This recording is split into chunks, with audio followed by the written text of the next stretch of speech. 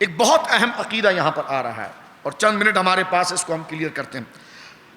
صدوق شریعہ لکھتے ہیں کہ اللہ رب العالمین پر نبی کا بھیجنا واجب نہیں، اس نے اپنے فضل و کرم سے لوگوں کی ہدایت کے لیے انبیاء بھیجے. یہ ہمارا اور شیعوں کے درمیان ایک معرکۃ الآراء مسئلہ ہے، اس لیے یہاں پر یہ بات کر رہے ہیں. ان کے نزدیک اماموں کا بھیجنا، اور میں کوئی فرقہ واریت نہیں کر رہا ہوں، ابھی کا سن بھی رہے ہوں گے تو ان کی کتابوں کے اندر موجود ہے. حیات القلوب جو ملا باقر مجلسی صاحب کی کتاب ہے، اس کی پہلی جلد کے اندر ملا باقر مجلسی نے اس بات کو لکھا ہے. انہوں نے تو ملا باقر مجلسی نے اپنی کتاب کے اندر اس بات کو مقدمے کے طور پر انہوں نے لکھا ہے، اور وہ لکھ رہے ہیں کہ جناب جو ہے کہ اللہ پر اماموں کو بھیجنا واجب ہے، اللہ پر اماموں کو بھیجنا واجب ہے، اللہ پر زمین پر امن کرنا واجب ہے. ہمارا ایک مباحثہ تھا خلافت کے مسئلے پر، 5 گھنٹہ کے قریب بحث تھی. اس میں ہم نے ان سے یہی بات کی، موضوع تھا خلافت کا. ہم نے ان سے یہ بات کی کہ آپ کا عقیدہ یہ ہے. وہ کہتے تھے کہ حضرت مولا مرتضیٰ پہلے خلیفہ ہیں. تو ہم نے کہا کہ ہمارے پہلے سوالات ہیں، اس کے آپ جوابات دے دیے.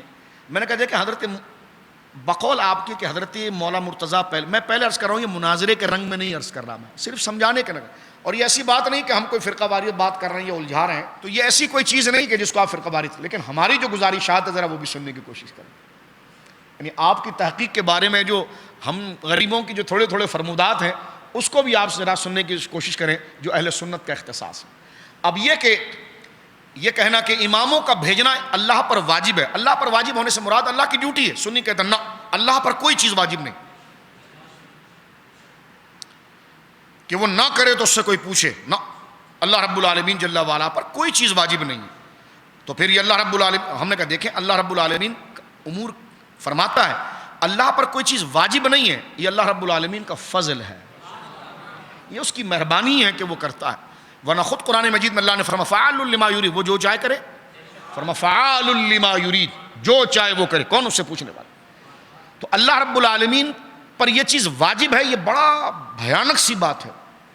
یعنی اللہ رب العالمین کی قدرت کاملہ کو ایک داغ لگانے سے مترادف ہے کہ فلاں چیز جو ہے وہ اللہ پر واجب ہے. فعال کرتا ہے لما یرید، جو وہ چاہتا ہے، کسی سے پوچھتا نہیں، کوئی ڈکٹیشن، کوئی املا، کوئی تفصیل کی اللہ کو ضرورت نہیں ہے. نہ اس پر یہ واجب ہے کہ کوئی کھڑا ہو کر پوچھے، کیونکہ اس پر کسی کا حق ہی نہیں ہے، اس پر کسی کا کوئی حق نہیں ہے کہ وہ جناب جو ہے کسی کو، جس طرح کہ عام آقا کا حق غلام پر نہیں ہے جناب. تو پھر یہ کیسے ہو سکتا ہے کہ جو اللہ رب العالمین جل وعلا جو قادر مطلق ہے، جو اصل کن سے ان کو پیدا کرنے والا ہے، جو محسن حقیقی ہے، اس پر بندوں کا کوئی حق نہیں ہے. ہاں وہ بندوں کو اگر دیتا ہے تو حق کے طور پر نہیں، واجب کے طور پر نہیں، فضل و مہربانی اور خیرات کے طور پر. یہ ایمان اور توحید کی اساس ہے. اب ایک دیکھیں فعال لما یرید، جو چاہے وہ کرتا ہے. دوسری آیت دیکھیں، اللہ فرماتا ہے لا يسأل عما يفعل، کوئی سوال نہیں کر سکتا اس سے جو وہ کرے. یہ آیت ہے. اب کوئی سوال نہیں کر سکتا سے مراد کیا؟ اس پر کوئی واجب نہیں ہے. بھائی مجھ پر اگر کوئی چیز آپ نے واجبات لگائی ہے، اگر میں پورا نہ کر سکا تو آپ پوچھ سکتے ہیں کہ آپ نے یہ ڈیوٹی پوری کیوں نہیں کی، آپ نے کام پورا کیوں نہیں کیا؟ کیونکہ مجھ پر وہ واجب تھا، ذمہ داری تھی. لیکن اللہ، کیونکہ آپ سوال کر سکتے ہیں، جو اس کے مسئول ہیں، ذمہ دار ہیں، جن کے ہاتھ میں وہ اقتدار ہے، وہ سوال کر سکتے ہیں آپ کی ڈیوٹی تھی، آپ نے کیوں نہیں کی. لیکن اللہ فرماتا لا يسأل عما يفعل، اللہ جو کرتا اس پر کوئی سوال نہیں کر سکتا. وهم يسألون، اللہ رب العالمین سے کوئی پوچھنے والا نہیں. وہ جو کرتا ہے، ہاں وہ خود ہے جو لوگوں سے پوچھتا ہے، وہ مخلوق سے پوچھتا ہے، اس سے کوئی پوچھ نہیں سکتا. تو یہ دونوں آیتیں یہاں پر اس عقیدے کو واضح کر رہی ہے کہ اللہ رب العالمین پر کوئی چیز واجب نہیں. اچھا جلدی سے اس کو سمجھیے. انہوں نے کہا جی امام اللہ پر واجب ہے کہ خلیفہ بنائے. مجھ سے پہلے کہا کہ ہم دلیل پڑھیں گے آپ کے سامنے کہ حضرت مولا علی پہلے خلیفہ ہیں. میں نے کہا نہیں، پہلے اصول ذرا طے کر لیتے ہیں. آپ کہتے ہیں کہ حضرت مولا علی پہلے خلیفہ ہیں، تو میں صرف یہ سوال کرنا چاہ رہا ہوں، آپ کا عقیدہ کیا؟ آپ کا عقیدہ یہ ہے کہ خلیفہ بنانا اللہ پر واجب ہے؟ کہ لگے ہاں. میں نے کہا حضرت علی بنے؟ کہ لگے نہیں. تو میں نے کہا پھر کیا کرو گے؟ اس پر وہ خاموش ہو.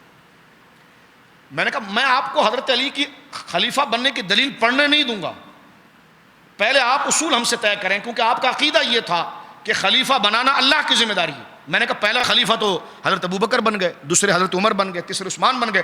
تو تمہارے عقیدے سے تو یہ بات ثابت ہو گئی کہ حضرت ابوبکر ٹھیک خلیفہ ہے، کیونکہ اللہ نے بنا دیا ان کو.